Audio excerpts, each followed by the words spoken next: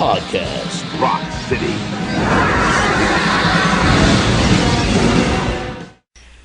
And with that familiar music, actually those two combinations of familiar musics, you are listening to a crossover podcast Kiss event. Joining me as a host of the Podkisst, and I guess I'm a host of the Podcast Rock City, we'd like to welcome this gentleman. Please introduce yourself. My name is Joe from Podcast Rock City. It's great to be here. Well, it's great to be anywhere, right, Joe? Yeah, above ground is awesome. Yeah, and that's one of Gene's lines that's actually good. We've gotten to become kind of close over the last few weeks, and really your show is kind of like a new show as of late. Even though you've had some history, you've kind of rebooted. And you have a very different kind of Kiss podcast. You basically go 20 to 30 minutes. How did you arrive at that? Well, I went online and I just checked out a bunch of stuff to see.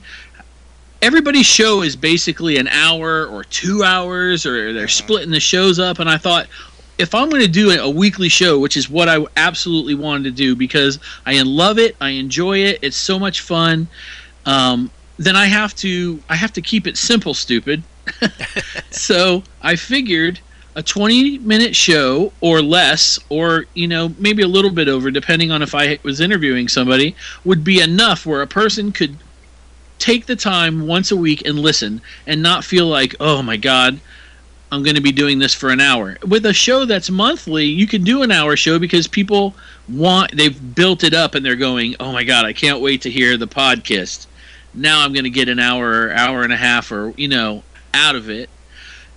But with my show, they're going, oh God, I don't want them to be like, oh, another hour this week, another hour the next week. So I figured I'll just, 20 or 30 minutes should be plenty to keep their attention. And you're calling it your quick Kiss fix, right? What is it? Yeah, you called it that, and I used it because it's brilliant, and it was your 20-minute Kiss fix. There you go. Perfect.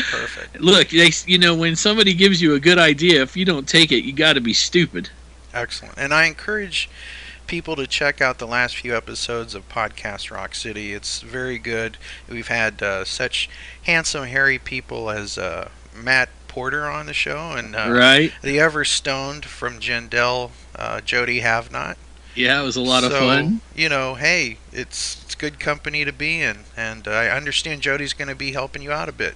Yeah, sure. He messaged me and asked me. He was like, I'd like to do that again, and I was like, what about monthly? And he was like, great. He's like, dude. Well, let's assume that nobody's that's listening to the podcast has ever heard of Podcast Rock City, and we're also going to assume that people that are listening to Podcast Rock City have never heard of the podcast. So we're just going to introduce each other a little bit.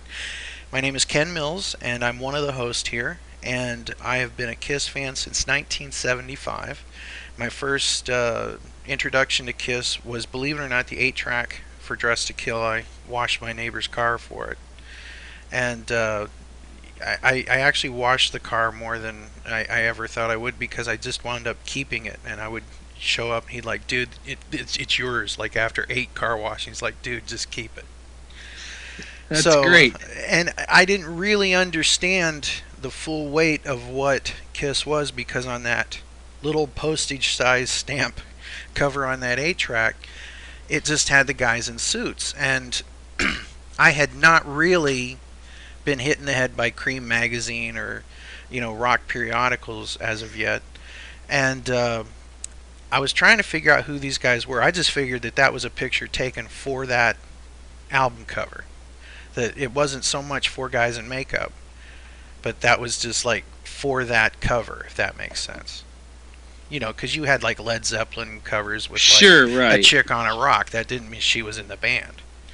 So so that was kind of weird, but what really bit me was Alive. And I'll tell you what really bit me was the song Parasite off of Alive. Mm-hmm. So let's find out a little bit about your Kiss fandom. Well, my name's Joe Polo, and I've been a fan. If I could tell you the exact year, that would be great, but I can't. I can tell you that my neighbor from across the street introduced me to Kiss, and the first time I saw it, or them was the Love Gun record he had. Uh-huh. So I know that it wasn't after 78.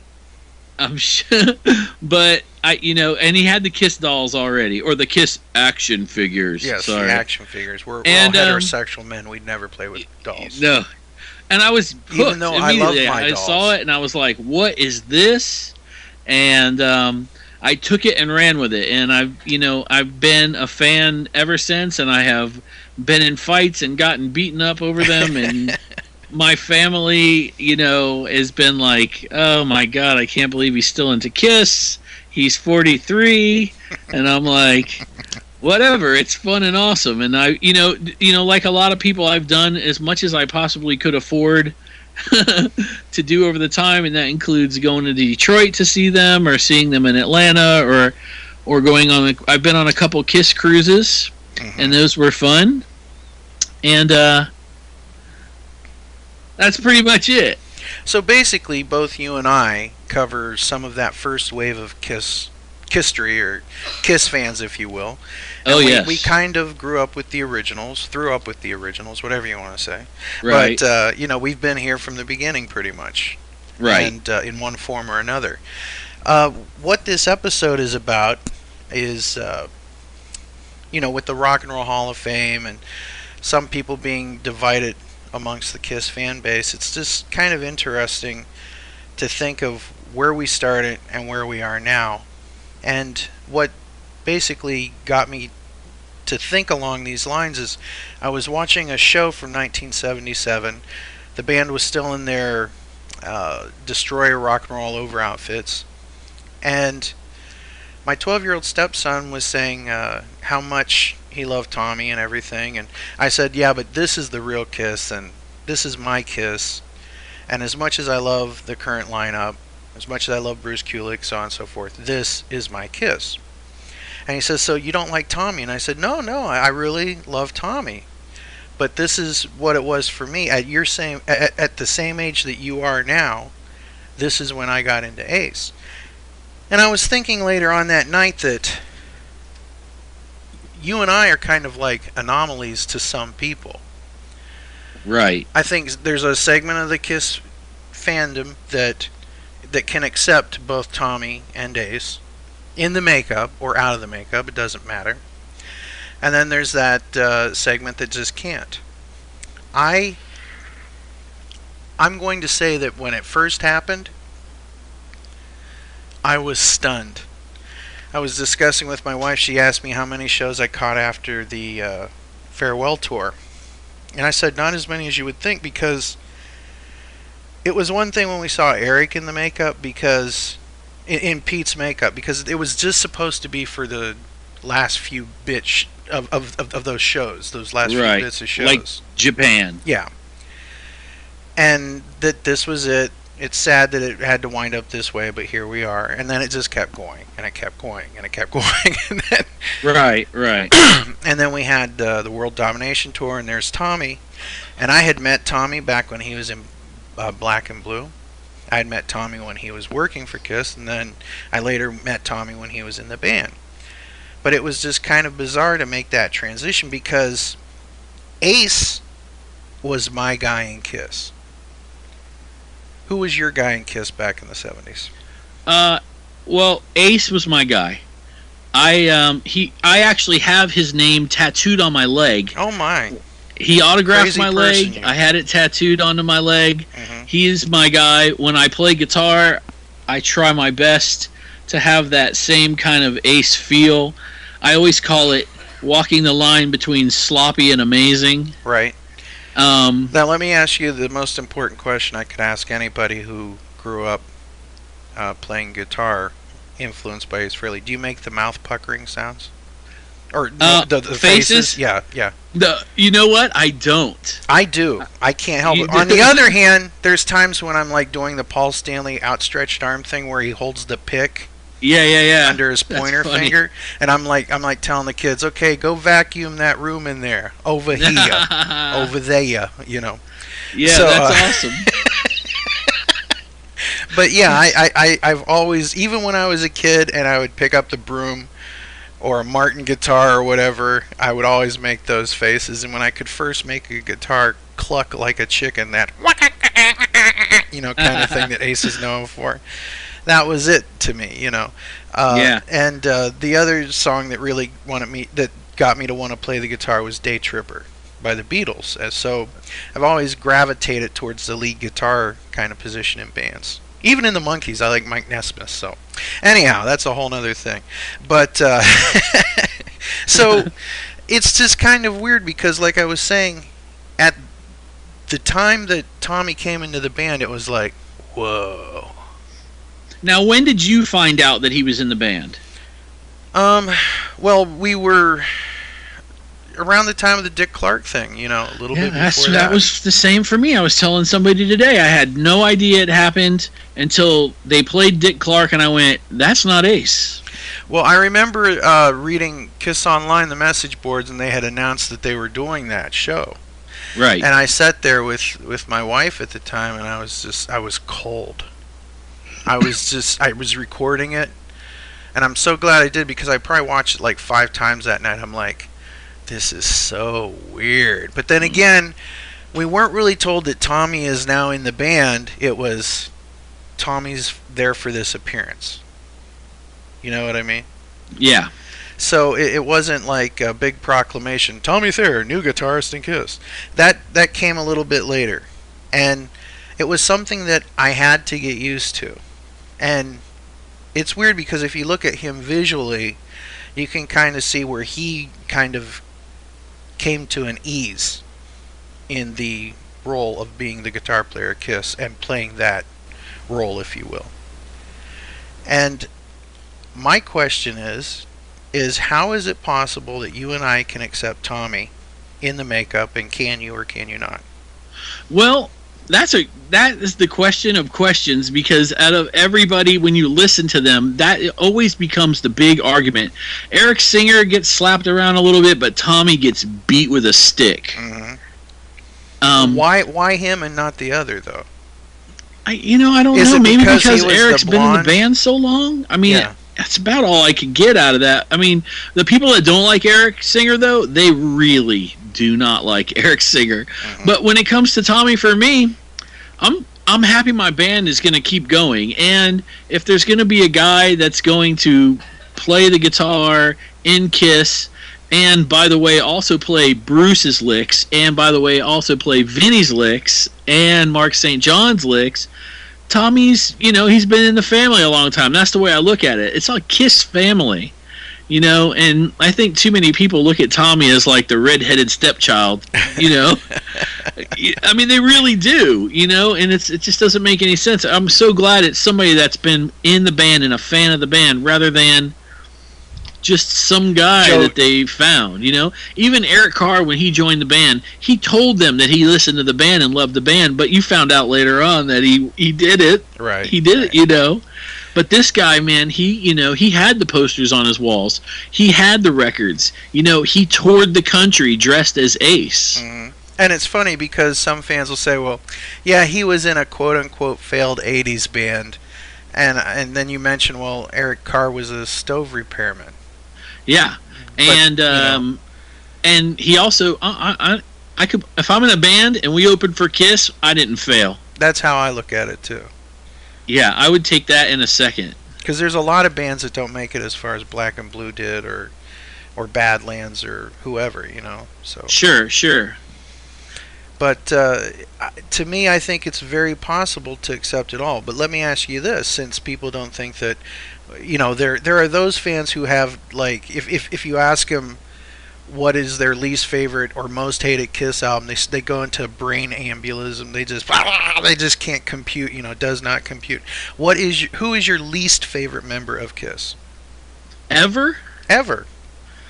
I mean, it would, Mark St. John. I didn't get him enough. Yeah, I'm kind of like that as well. I think that's my answer as well. And the little chihuahua that's barking, that's his answer too. If a dog is smaller than a football, it's not really a dog. Yeah, that goes back to the great Ron Swanson. We salute our hat to him. So, yeah, she's a little yipper yapper. But That's okay. Hey, it's live radio, folks. So there we go.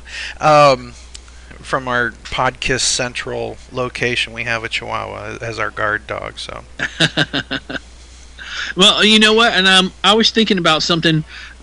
You know, what do you think aggravates the fans more? Is Tommy wearing the makeup or Tommy playing Shock Me? Well, at this point, if Tommy playing Shock Me still bothers you, you need to find something else to get excited about because it's been done to death. You know what I mean? Right. And Paul said the other day. I don't have the exact quote in front of me, but it was something to the effect of, yeah, why shouldn't so-and-so play? Yeah, they were asking about Ace and Pete playing together recently and whether they had a right to play those songs. And he says, everybody has a right to play those songs. Those are great songs, So that he's kind of being consistent in that because he loves Shock Me. So there you go. What I didn't really care for is when they kind of blended the two songs Out of This World, Shock Me together. Right. Because Out of This World, to me, while I didn't really care for it on the album, once I heard it live, it clicked. And there's a lot of Kiss songs that if you go back, that's the pedigree of a lot of great Kiss songs. You hear them on the album, and go, it's okay. Then you hear it live, and it's like, oh my God, that's the way Deuce is supposed to sound. So, this is nothing new with this band. Right. On the second Kiss cruise, they played almost the whole album. Mm-hmm. And people really got into it. It was, a lot of fun. Tommy, the thing that I think that Kiss is missing out on when it comes to it, mainly is Paul brought the rock star. Gene Simmons brought the monster. Pcrc brought the sensitivity of Kiss. Mm-hmm. Ace brought cool. Then you had Vinny with his own, personality. Then you had no makeup, and you had Mark, and then you had Bruce, but they still got to be themselves. And Mark brought the confusion. Yeah, Mark did bring the confusion. Poor guy, And then Tommy joins the band, and he goes, I'm Tommy, but I look like that guy. Mm-hmm. Do you think that Kiss is missing an opportunity both financially and fan-wise to gain, new fans by having different makeup on him or even on Eric? I mean, I know we're talking about Tommy and Ace, so I mean, you're talking about, if they put a poster out of just Tommy, mm-hmm. people would go, I don't want to buy that.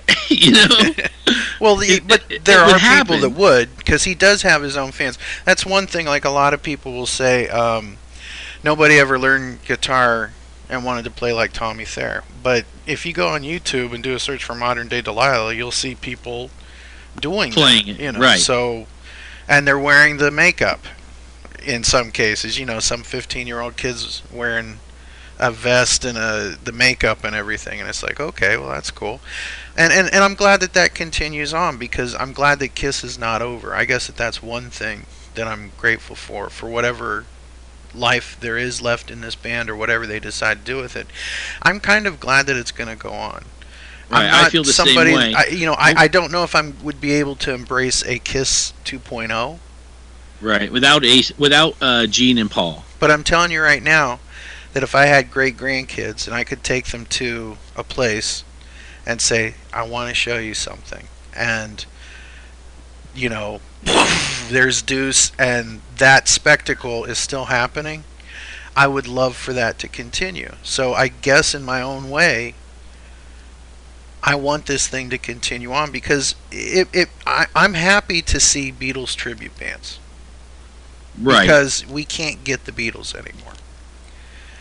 And it still does me good to be able to turn on YouTube and watch the Fab Four tribute band perform, and they do it very well. So that's a good thing.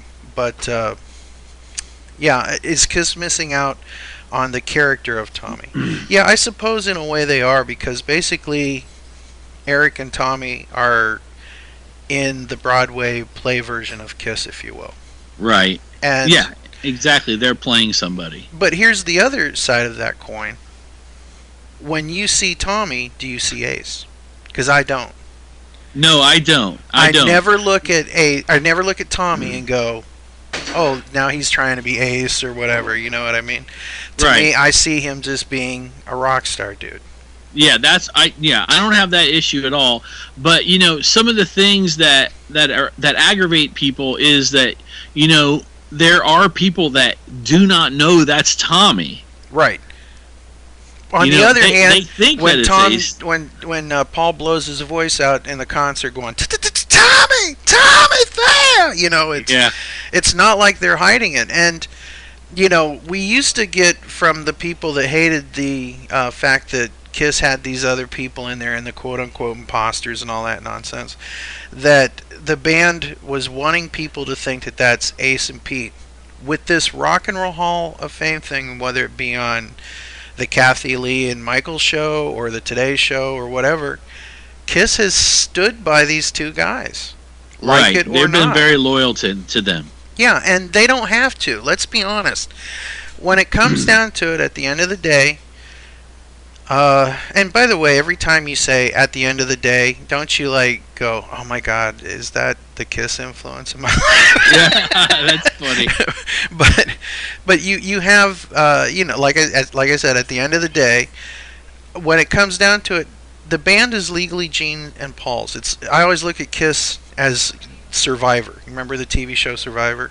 Right. And you had the four of them, and then Ace, Gene, and Paul sided together, and they put out Peter's torch, and he got sent to Peter Island, and then That's funny. And then Ace got the torch, and then they brought people on, and okay, Eric's really cool, we're gonna keep him around, and then it's like, well, Vinny seems really neat. Look, this guy's really talented. Maybe we need to vote him out, and as it went on to the point where we are where we are. And Kiss has been blessed to have some great players and some good people who have done a lot of good things charity-wise and stuff like that. And, in that way, I'm proud of the band and its legacy. I don't think Kiss's legacy is tarnished because they had guys in rock star outfits, which really that is what the makeup is at this point. Right. So, anyhow. Well, I was wondering about this as well. Tommy now, I've had an easier time with Tommy now that he has had his own sound. Like Sonic Boom came out, and I was able to go, that's Tommy's playing. He's not playing Ace or Bruce's music. He's playing Tommy's music. So it kind of gave him an identification, I think, musically at least. Right. That's half of it. That's half of it. When you hear Ace, if you hear a Kiss song, that's Ace Frehley. Mm-hmm. And when you see Ace, that's Ace. So I feel like Kiss has gone ahead and given us half of the full package of identity that we would love to have for Tommy, in the sound. He wrote a song, he played on a couple albums, he sang some songs, Mm-hmm. and that's cool. But I don't know, I still kind of feel like I'm getting robbed as far as that new, man, look how awesome this costume is, look how awesome, and then let him, be Tommy Thayer. Mm-hmm. Well, I don't know if it's possible to be yourself in Kiss anymore. And that's even point. And that's even if Ace came back to the band. If let's say that Ace and Pete came back to the band, and it's the four originals, and they sit down and they go, okay, we're going to put a new album out, guys. And Paul's going to go, Gene, we got to come up with a cool demon song for you. And Ace, you need to do a cool song about being in outer space. And Pete, you're from the streets. There's your homework. Write what you want, and we'll rewrite them when you bring them in. Right. And that's what would happen. And then Tommy will play them. Yeah, or Bruce. Yeah. So I don't even think, Into the Void, I thought that was a clunker of a song. And, whether you like it or not, I remember everybody like, oh, this is the real Kiss. Oh, and it's like, this is subpar Kiss. You know, you're still getting subpar Kiss. And Yeah. I don't mean to upset anybody, but if you take like, you know, the best of Kiss and put it up against anything on Psycho Circus, you're going to have a hard time, you know, comparing the best of Kiss with a lot of the albums. Right. It just works out that, you know, they can't even live in their own shadow. No, as a matter of fact, And that I can does, honestly say and that is no matter who's in the band. yeah, Like I said, if Ace and Pete were back in the band, listened same to thing. Psycho Circus 2 or 3 times ever.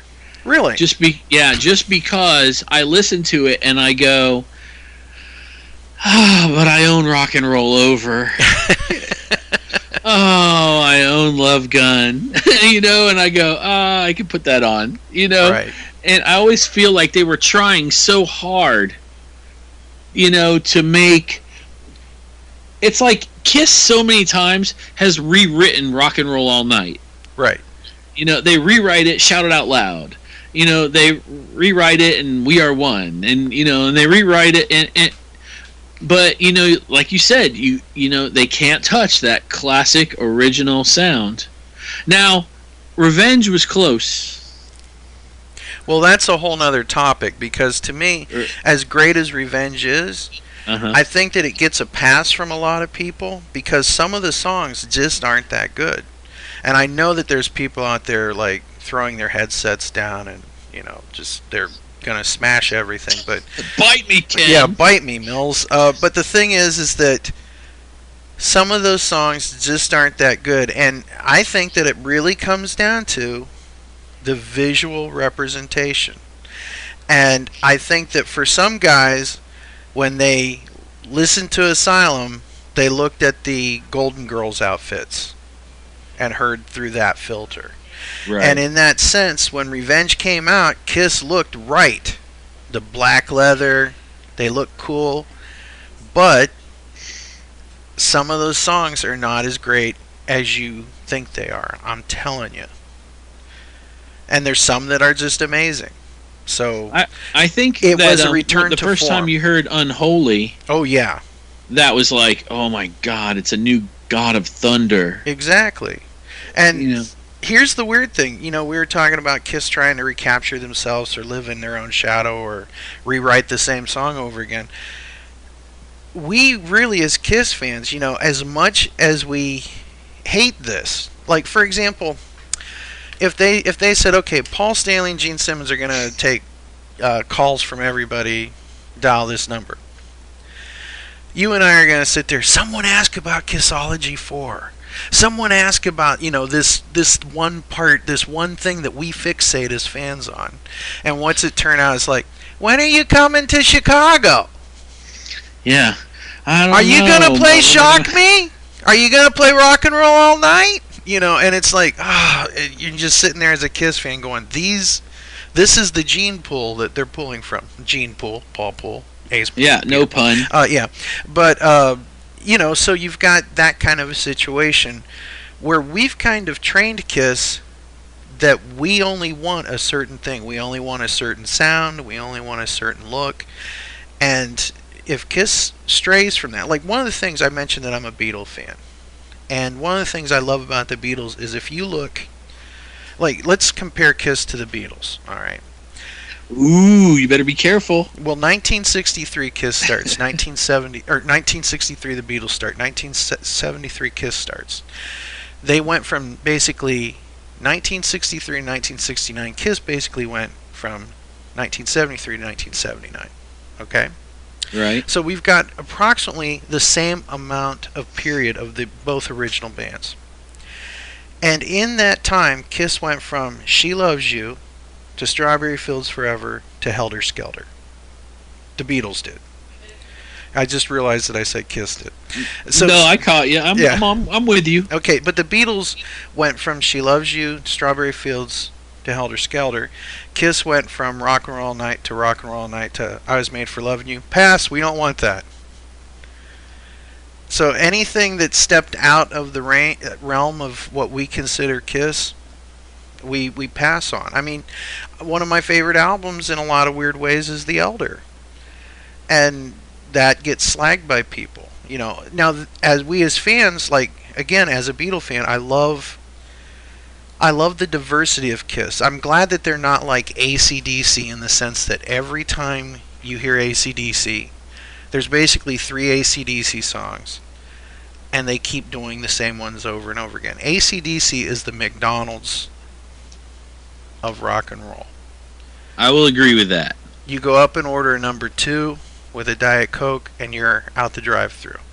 And you get TNT. Exactly. Or Highway to Hell or whatever. Right. And would you like fries with that? Another Genism. So, but Kiss has given us Shandy. Kiss has given us, Just a Boy and Tough Love and Unholy, and there's quite a diversity. But every time they step away from Kiss, Destroyer, exactly, or Rock and Roll Over or Alive, we smack them upside the head and go, pass. So, as much as when Kiss did try the Pharaoh, the Egyptian, the Sphinx, whatever Vinny was, the Ankh Warrior, or the Fox, it didn't work. It did not work commercially like the other makeup did. Now, you and I both know that it wasn't because, the public couldn't stand a Fox that Kiss has, declined in their popularity. We know that. Right. So it really comes down to the fact that those were the lean years. Those were the hard years when Kiss was a joke commercially. And they could have put the best music out in their career. I mean, you look at Creatures, an album that people think is one of the best albums of all time, was one of the worst selling albums of theirs at the time. So there you go. So, yeah, and it doesn't make any sense until you realize that the faces were different. Right. But I don't think that the public was even aware, honestly, that the faces were different. I know that when Peter Criss left the band, it was heartbreaking to us as fans. Right. And it was hard to deal with. And, they did a lot of great PR to try to smooth everything over, but it was a difficult pill to swallow, if you will. And I felt like Peter Criss was breaking up our band. You know what I mean? Right. That's how I felt about it too. Actually, when it happened, I remember I got the 16 magazine and I looked at the cover and it said, like, newsflash, Peter Criss leaves the band, and I was like, oh my god. And they had this little picture of Eric in the makeup. And yeah. I was like, what the hell is that? And I remember thinking, man, I never even knew a band would break up. Yeah. Yeah. I thought it was harmonious. Yeah, it was strange. But those were those times, and here we are now. So, why is it you and I can accept Tommy in the Paint, but other people can't? That brings me to... That's a good question. I'm going to answer it with a question. Okay. Why do you think Ace's fans are so loyal to him? I don't know. That's another weird thing. Like, we were just speaking about how when Peter Criss left the band, Peter Criss left us. He left us, right. And for us to be, I guess, beholden to the image and the band, the iconic standard of that band, we really want them to be an unhappy family together. It goes back to we will accept nothing else. Even if Ace probably doesn't do as good, like, for example, if Kiss were to get back together again, do we see Ace saying sober? Or Stober, one or the other? Do we see Pete walking away from it going, wow, I didn't get screwed over this time? Do we see Gene and Paul go, those guys are pretty cool? It's going to be the same argument again. I was reading on the message board today that somebody asked Peter Criss why his makeup was weird on the Dynasty album cover. And he related a story that at the time, the band was so disgruntled with one another that they couldn't even be together to get a decent photo shoot. And that was part of the reason for the collaging of that picture. Because it's not that great of a picture. If Right, you look no. at the poster on the inside, to me that's 10 times the picture than the actual cover. I mean, people talk about how iconic the Dynasty cover is. Dude, that could have been a Polaroid, you know? Yeah. The poster on the center should have been the cover. Yeah, yeah. And I've seen some good fan mock-ups that, would have worked either way. It's pretty much the same picture, just better. But, if you can't even stand to get a picture taken, and I remember Peter smashed his hand during the filming of the Dynasty commercial. I mean, if you look at the Dynasty commercial, when it gets to them walking up to the camera, it's video. it is a cardboard cutout of Pcrc that you'll see because he smashed his hand from throwing a tantrum. Right. Didn't he put it through glass or something like that? So this is how the band was getting along. And if you think about any time they've had to work together longer than, a certain, like the Unplugged era, as soon as they start working together, it all comes back again. And to me, Kiss has been married not once but twice, and it didn't work out either time. And we, the kids, would love to see it work out or whatever. It's just not going to happen. It's not going to happen. And I can tell you, as a person who has ex-wives, that I would not remarry any of them a second time. We should just be happy that we did get a second time. Well, yeah, but think about it. So, your kids are graduating, or one of your kids has a kid, and you're going to run into your ex-wife, or whatever the situation is, and you're going to have to sit beside them in the church if there's a wedding and stuff like that. You have to make it good for the kids, and I think that's what originally was the fans wanted at the Rock and Roll Hall of Fame. We just wanted mom and dad to get together and for just this one thing. But you know what? We don't want, because there are people that if they got together and they all shook hands and smiled, people are going to say, the magic is back! Right. And the magic's never going to be back. Right. No. And it would be, the divorced couple thing works really well there. It's funny because if the first time you see mom and dad hug as a kid, you go, maybe they can work this out. But right. I get, as Paul and Gene sit back, they go, all they have is the memories, of things not working out. And and well, so they don't even want to go back to that. As a fan who's been a fan since 1975, I don't want to see the band get back together. Because I don't want it to throw things off. Like, to me, as much as I love the reunion... So you don't want them to get together even for one night, 20 minutes? Well, that wouldn't bother me so much as long as like they could sit down in front of the cameras and say, now listen, if we play Rock and Roll Night, it doesn't mean anything, folks. It's not permanent. Don't start, the petition. Don't do this. Because it's not happening. But the problem is, there's a few of them, is that the Rock and Roll Hall of Fame doesn't want Kiss in there, and they're not respecting Kiss. Otherwise, all the members would be inducted. Period. Yeah, it would just be across I believe the they board. did this on purpose. They absolutely did, and from their side point of view, they're like, okay, we're just going to shut these Kiss fans up, and we're going to be able to sell rock and roll merchandise with Kiss's logo on it. That's what they're hoping for in the long run. And so they wanted to have something for their TV show, and they're not going to get what they want, so they don't care. And Kiss, they have a 40th anniversary tour that they have to promote, and to their credit, instead of saying, hey, we're going to get the band back together and do this 40th anniversary tour, they're sticking by Eric and Tommy. So, despite what we were told for so many years that they'd throw them over in a heartbeat if Ace and Pete even sniffed around, well, it's not happening that way. Nope, it's not happening. And Paul and Gene, that's the other thing.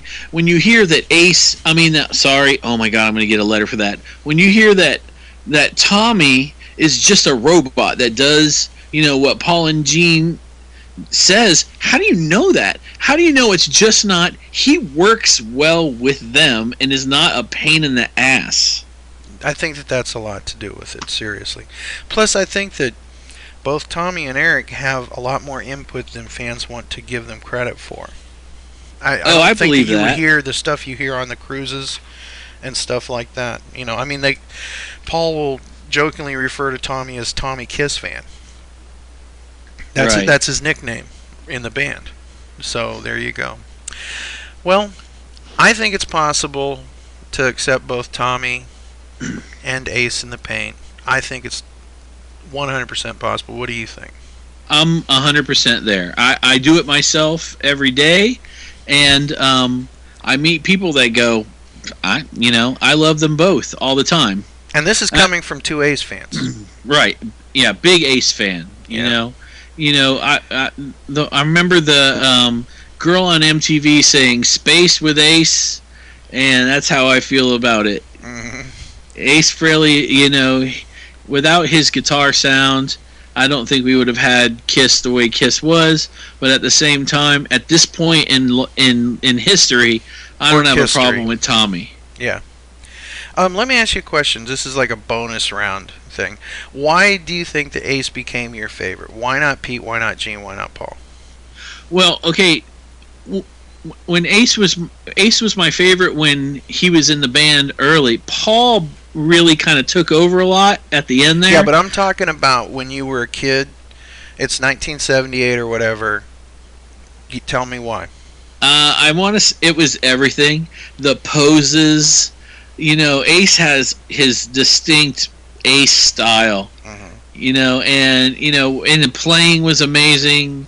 And and then of course there was the movie, and I was at that age when they were superheroes. Yeah. We acted it out, and Ace was able to shoot lasers out of his fingers, and Right. Star Child. Yeah. Well, for me, I'll tell you the truth. Two of the guys scared the hell out of me. The other one didn't impress me that much, and so Ace was kind of like my lukewarm water, if you will. Like the old Spinal Tap thing. Right. I'm fire, he's ice, and the bass player was like lukewarm water. So, Gene just scared the hell out of me. I don't know why. Well, I think he scared a hell of a lot of us. You know what I mean? That was Right. one of the draws, though. At the same time, the monster movie scares you, but you can't turn away, even though you do that thing where you cover up your eyes, but you look through the fingers. You know what I mean? Right. That's right, Gene yes. Simmons right there. And Paul, he kind of scared me because I didn't know what to make of him. This was in the time of David Bowie and Alice Cooper, and you didn't know who was what and what was who, and so he kind of scared me in his own way. And Peter, he just didn't ever really say much. Like, it would be like, and here's a Peter Criss interview. It would be like 3 sentences.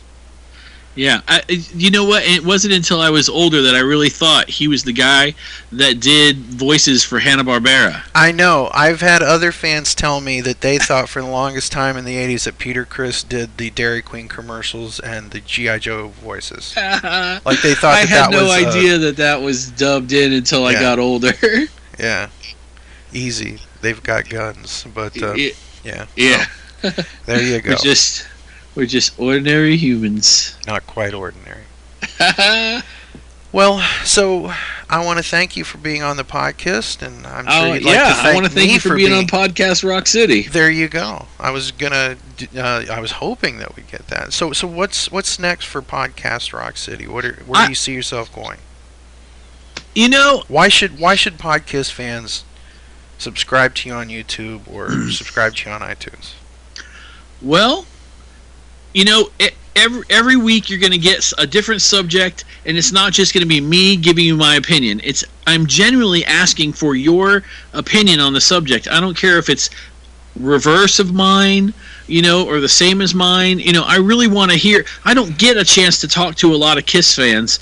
I work with a couple, but it's the same old conversation. So my show is more of a conversation than it is anything else. It's, hey, I just saw the NHL show, and this is what I thought about it. What did you think about it? And then I'll get, 20 or 30 letters and 40 or 50 comments, and and it's really cool that other people are either agreeing with me or going, Paul sounded amazing. He sounds amazing every time. I love Paul. He's God. Mm-hmm.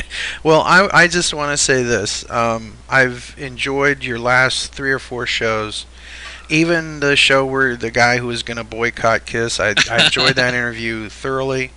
Not to make fun of the gentleman, I thought it was a very fair and balanced interview, and I encourage people to check that out. Jody was great, and I'd like to welcome you as one of the new kids on the block to the Kiss podcast world. And we've been doing this since 2007, and we're glad to have you amongst the ranks of our friends Creatures of the Net, Decibel Geek, History Science Theater, Strange Ways, the Kiss Room. You know, all of us, we're just all glad to have you around. And we've always kind of tried to give people access to our audience, and we're not afraid of competition. We've always tried to put a light on every Kiss podcast that came through that was of note, because for a while there it was like, hey, I like Kiss, I'm gonna start a podcast, and it was just like every guy had a show for like 3 weeks, and then it kind of diminished. So the cream will always rise to the top. Sure. Yeah, I don't know if I'm cream yet, but I'm well, that's trying a whole my other hardest. band. That's the Cream Cast, where they talk about, you know. I'm trying my hardest to keep things interesting and not bore people. But if it interests me, I'm going to see if it interests you. And I mean, you know, and I know this sounds like blowing smoke, but I love your show, and all the shows that you mentioned are all awesome. And I am unfortunately a commuter, and I travel to work. It takes me an hour to go and an hour to get back. And whenever the shows come out, I immediately download them and I go. And as a matter of fact, I had heard of the Creatures of the Net before, but I hadn't had a chance to listen to it, and that kid is the bomb. Well, Cassius is he's gonna outlive us all because he's younger than all of us, and he's gonna make this a career. So he's scary, he's so good. So God bless him. Yeah, and he's very friendly, and he immediately, did my last show with, and he immediately was messaging me and telling me he loved it, and I was like, man, this kid is so cool, you know. And he's a big fan, and I think he's an Ace fan. That's cool. And we don't have like an official network thing. Chris Sinzak was going to start something called the I Love It Loud Network, and so I'm just saying welcome aboard. And on behalf of the Kiss Room, History Science Theater, and all of us, Creatures and Decibel Geek, and Strange Ways, and the whole Hee Haw gang, just glad you're in here, and do what you do. And I'm sorry for making your show extra long. But No, that's okay. It's totally worth it, and anybody listening is going to enjoy it. Okay. And then they got to go, and then they've got to listen to the next show that you guys do. Yeah. And they've got to listen to, the Kiss Room, and they've got to listen to History Science Theater's last show for the 40th anniversary was great. Absolutely. I'm always worried those guys are going to beat each other up. No, they love each other too much. I know they do. Those are some really cool guys, and I can't say enough. I call them them and Cassius are the Canadian division of the Podkisst. Yes. So, and we have. I'm going to tell your listeners that we have a bit of a Podkisst network ourselves, but we have the Kiss Room, we have the Podkisst, and we also have a Cheap Trick show called Cheap Talk with Trick Chat. Right, and that's good too. And if you're a fan of them, we've turned a lot of folks onto them, and we did a Beatles special, and we're just gonna do whatever we want to have fun. We're looking at an Alice Cooper show and a Monkees show, so it could all be cool. When I was a kid, I always loved the Monkees car. What's not to love? The 60s shows and the 70s shows had the coolest cars. You had the Batmobile, you had the Monkey Mobile. The Munsters? The Munsters, definitely Dragula. And then you had the Green Hornets, Black Beauty, the Dukes of Hazzards, General Lee. It was just an Arc 2. Remember Arc 2? I don't remember Arc 2. Arc 2 was a really weird show. If you're still listening, God bless you. We love you. But Arc 2 was a show. It was one of those Filmation shows where they had like this RV, and it was a dude, a talking monkey, a Chinese girl, and a Mexican boy or something. Everything was multicultural, forced multiculturalism, and it took place in a post-apocalyptic world, and they were scientists trying to stop things like overpopulation and Oh, nuclear wow. poisoning. And I'm telling you, it's a great show. But they had this really cool RV that they like. Well, did it have around like 8 wheels, like 4 on each side? I can't remember, but I think so. Oh, I might have actually had that in the dark recesses of my brain. And they had like jetpacks and like these really Yes. cool things Okay, on now I their remember. wrist. And the guy, it was like the air jet packs. That Yeah. would push the button, and it would fly. Okay, And man. and like to bring it back to Kiss, they had these wristbands that were like the size of aces, Uh-huh. and they had like computers on there. They could communicate with one another, and How you know. amazing. I always loved wristbands. Anyway, so Right now, people are going, Arc what 2? happened? Yeah, so the 70s were a weird time, folks. And fun and amazing. Yeah. Where else could you have Little House on the Prairie, Texas Chainsaw Massacre, Deep Throat and Pat Boone, Donnie Marie and Alice Cooper? It was The Muppet like Show. Yeah, the Muppet Show, and With Alice Cooper. yeah, with Alice Cooper. There you go. It was a great time. I mean, they aimed the village people at little kids. I remember seeing 16 magazine because you'd buy those for the Kiss posters, right? Right. And it would I have a ton like of them right now. yeah, and it would have like, what is David Hodo looking for in a woman? And it's like, well, if I've got my guess, not much. Not much, no. So That's it was funny. it was a weird time, but God bless us, each and every one. Well, I encourage all Podkisst fans to check out Podcast Rock City. And I encourage everybody, all the Podcast Rock City fans, to listen to the Kiss Room. Very good. See, that wasn't forced at all. Look at that harmony. And Podkisst and every one of them. Yeah, exactly. Truthfully, it's like you don't even need TV. No, you really, if you've ever wanted Kiss radio, you have Kiss Talk Radio out the wazoo. Can I say that? Wazoo? Yeah, you can. Okay, I did.